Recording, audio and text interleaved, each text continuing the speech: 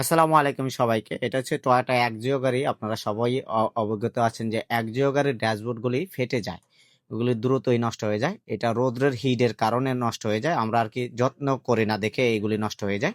এটা রৌদ্রের হিটটা যদি না পায় তাহলে কিন্তু আপনার এটা নষ্ট হয় না। রৌদ্রে গাড়ি না রাখার পরামর্শই সবাইকে দেবো। রৌদ্রে গাড়ি রাখলে আপনার কালারও নষ্ট হয়, ড্যাশবোর্ডগুলিও নষ্ট হয়ে যায়, আর বিভিন্ন কারণ হয়ে থাকে।